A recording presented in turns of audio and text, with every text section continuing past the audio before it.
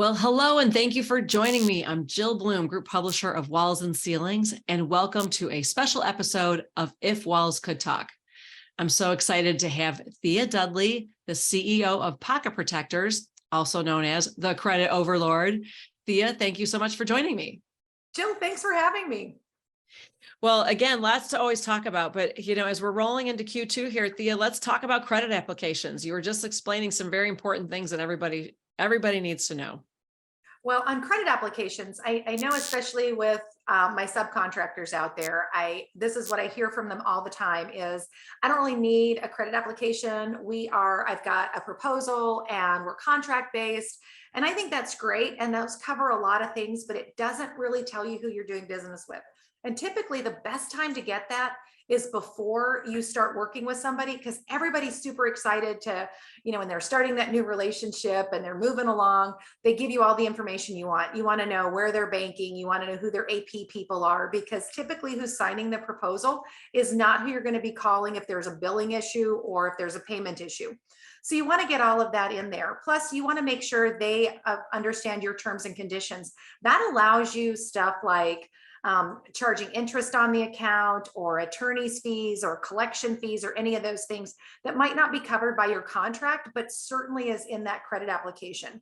And never lose sight of the fact that even if you're signing a contract, you are a bank. You are loaning money in the form of labor and materials. So that's the other pushback that I hear is the sub will come back to me and say, well, I tried that credit application thing you told me.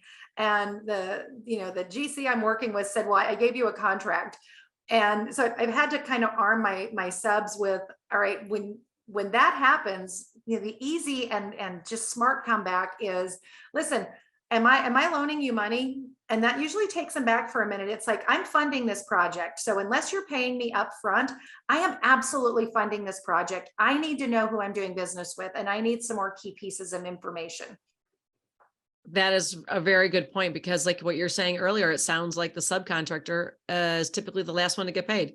Oh, they always are. And they always have to fight the hardest. And, usually that's about the time that somebody, and the further you are on the project, like if you're a roofer, you're early on in the project. So, and I'm not going to say you're safe, but you have a much better shot at it.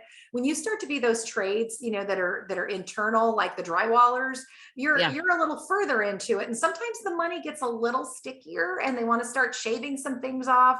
And so those back charges start coming up. So, everything is a change order, don't do this. We had a gentleman's agreement in the parking lot kind of a thing. You want to make sure that's all really documented so that you can protect that cash flow for yourself. That's awesome. So sum it up for us. What are the top 3 things we need to know about credit applications? Top 3 things is get them some. First of all, get one. If you don't have a credit application, there are tons of opportunities out there on the internet. Shoot me a quick email. I'm happy to try to help you out with something. Make sure you get it signed and make sure there's actual information on it. Don't just check the boxes. Make sure that some of that it has more filled out space than white space on it. And that goes for, whether you're a subcontractor or a supplier. Suppliers are much better at getting them, but not always. We've got a lot of what they call legacy accounts that they won't get them because we've been doing business with them a long time. I don't want to offend them. And it's like, if you're offended by me asking you to fill out a simple business form in today's day and age, I don't know where you've been living.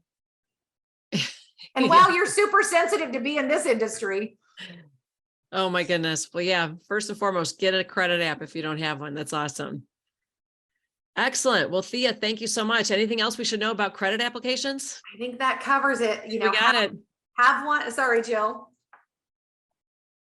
Oh no, go ahead. Have one, make sure that it's signed. And with that signature piece, make sure they print their name out so that you know who the heck signed it, because most people's signatures are illegible. And if you can, the best way to do it is to have it online with a DocuSign or some other signature component to it. So, those will do a little bit more to help insulate your cash flow. So if anybody has any questions for you, how can they reach you? They can reach me at www.pocketprotectorsllc.com on my website. Pop me a quick email through that, or at thea@creditoverlord.com, and I'll be happy to help you. Sounds great. And if anybody has any questions for us, it's roofingcontractor.com, wconline.com, or roofingsupplypro.com. And while you're there, make sure you sign up for all our free content so you can always stay up to date on all the great interviews we're doing, like we are today with Thea. And most importantly, stay safe and healthy. We'll talk to you soon. Thanks, Thea.